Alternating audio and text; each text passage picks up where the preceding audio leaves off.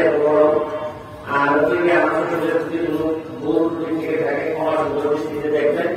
আর এটা যদি আমার নাম ভুল হয় নয়, এটা থেকে যে আমার শ্বশুরের হাত এটা হয়, তো এইটার একটাই মাত্র ওষুধ।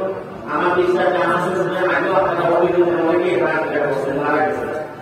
এখানে যদি একটা আইসিইউ থাকতো অথবা লাইফ সাপোর্ট সিস্টেম থাকতো, অভিযোগে এই যে হয়তো আমরা অনেক দূর বাগা যে অভিযোগে আমরা কোনো গণমন্ত্রী পাইছি, কিন্তু একটা আইসিইউ আমরা লাগাইতে পারি না। আমি আশা করি আমার চাচা শ্বশুর এখানে আছেন, উনি আমরা এখন তিনজন এমপি রুহের এখানে এই সদর হসপিটালের সভাপতি হয়েছে, চাচা এখানে আমাদের মেডিকেলের সভাপতি হয়েছে, আমি এমপি আছি। তিনজন দিয়ে যদি আমরা একটা নেতৃত্বে বলি অথবা প্রয়োজন এটা 2 মাসের মধ্যে হয়তো আমরা করতে পারবো। এটা আমি আশা করি যে আমার যে কষ্ট আমার শ্বশুরের জন্য পাইছি, যে দুঃখটা জামা হিসাবে নিয়ে যাচ্ছি, এটা যেন আমার চাচা শ্বশুরের ক্ষেত্রে যেন না হয়। কারণ উনিও হার্ট অ্যাটাক করলে এই হেলিকপ্টার আইতে আইতে আর সিলেট যাইতে যাইতে আর শুধু ভেআইপি কেন সাধারণ মানুষের জন্য একটা সুযোগ থাকবে বলে আমি মনে করি। এতে অন্তত আমার শ্বশুর না বাঁচলেও ওনার আত্মা অন্তত শান্তি পাবে। আমি আমার চাচা শ্বশুরের কাছে রাখলাম, যত তাড়াতাড়ি সম্ভব উনি যদি একটু সবাইকে নিয়ে দিতে পারেন আমি অত্যন্ত কৃতজ্ঞ থাকবো। আবারও যদি আপনারা কষ্ট পেয়ে থাকেন, আল্লাহ রাস্তায় আমি তার পরিবারের পক্ষ থেকে আমি ক্ষমা প্রার্থনা করতেছি। আর তার যে দায়িত্ব ছিল এই দায়িত্ব আমি জামা হিসাবে যতটুকু সম্ভব এটা আমি টেনে নিয়ে যাবো।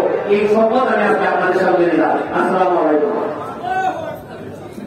এবারে বক্তব্য রাখবেন আমাদের মরহুম আব্দুল সাহেবের অভিভাবক এবং তার ভাই আমাদের সৌরভকে তারা নির্বাচিত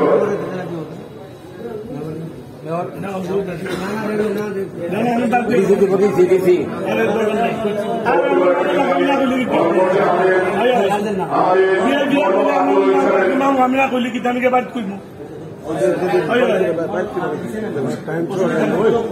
টাইম নাই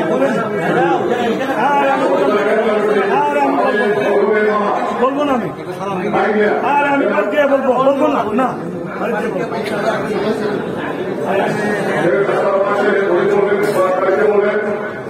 বক্তব্য রাখবেন আমাদের বাংলা সংসদ সদস্য এবং অভিভাবক এবং আমাদের জেলা আওয়ামী সভাপতি নাম অ্যাডভোকেট মোহাম্মদ আবুল আলী। আসসালামু আলাইকুম। পরম শ্রদ্ধা রসুলিয়া, আসলে বক্তব্য দেওয়ার ভাষা আমার নাই। দেখতে দেখতে বাবা সাহেবকে হারিয়েছি বাইকের মধ্যে। এই ভাইটি আমাদের ছোট ভাই, আসলে সে আমাদের জানাজা করার কথা, খবর নিয়ে যাওয়ার কথা। আপনারা দেখছেন গত পরশুদিন সকালবেলাও উপজেলা আইন শৃঙ্খলা কমিটি বৈঠক, কৃষকদের মধ্যে প্রণোদনা বন্ধন আমার সাথে ছিল। এইভাবে সে আমাদেরকে ছেড়ে চলে যাবে এটা ভাবতে পারেন। আজকে থেকে 21 বছর আগে তাকে নিয়ে গিয়েছিলাম আপনার গোলপাড়ার অপারেশন করতে। সেই সময় সে আসলে বেড়াতে ছিল যে আর ফেরে আসছে না, তার অবুর সন্তান দুটিকে দিকে এবং তার ব্যবসা বাণিজ্য এমনকি ক্যাশের চাকরি পর্যন্ত সব আমার হাতে সঙ্গিয়ে দিয়েছিল। আসলে আল্লাহ ভালো জানেন, আজকে সে আমাদেরকে ছেড়ে চলে গিয়েছে। তার সন্তান, বড় সন্তান সাইদুল হক সুমনের স্ত্রী আমেরিকা থাকার কারণে আমরা একটা দিন দেরি করেছি। আপনারা ক্ষমা করে দিলেন, আল্লাহ ক্ষমা করে দেন। দুটি সন্তান, আপনার একজন ব্যবসায়ী রবি, আরেকজন জেলা ছাত্রলীগের সেক্রেটারি, আজকে থেকে 2 দিন আগ থেকে তারা এতিম হয়ে গিয়েছে। আজকে এই দিনে এই এতিমদের পক্ষ থেকে, আমাদের পরিবারের পক্ষ থেকে আমরা আল্লাহর আপনাদের কাছে ক্ষমা চাই। মানুষ মাত্রে ঘুরে উঠতে যায়, যদি আচার আচরণে কষ্টে কোন দুঃখের কারণ হয়ে থাকে, আজকে এই বিদায়ের দিনে আপনারা তাকে আল্লাহর হস্তে ক্ষমা করে দেবেন।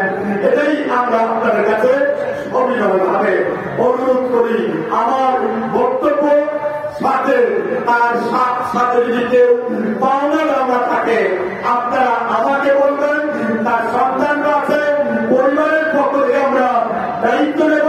সন্তান যদি পরিশোধ না করে আমরা দিচ্ছি আমরা পালন করব। এখানে সাইদুল সুমন যে কথাটি এনেছেন এটা অত্যন্ত যৌক্তিক। আপনারা দোয়া করবেন আমরা যেন আপনার এই জেলা সদর হাসপাতালে একটা আইসিইউ এবং লাইফ সাপোর্টের যে ব্যবস্থা আমরা যেন আরো উন্নত চিকিৎসার ব্যবস্থা করতে পারি। কারণ শুধুমাত্র 250 হাসপাতাল আমরা করে শেষ করতে চাই না, মেডিকেল করে শেষ করতে চাই না। এটা হচ্ছে আনুষঙ্গিক আরো মাননীয় প্রধানমন্ত্রী শেখ হাসিনার পক্ষ থেকে আমরা আপনাদের উপহার এনে দেবো। কথা দিচ্ছি, চেষ্টা করবো ইনশাআল্লাহ। আমাদের সকল জনপ্রতিনিধি, সকল রাজনৈতিক নেতৃবৃন্দ, সকল ব্যবসায়ী, সকল শ্রেণীর মানুষকে আবার অভিনন্দন জানাই।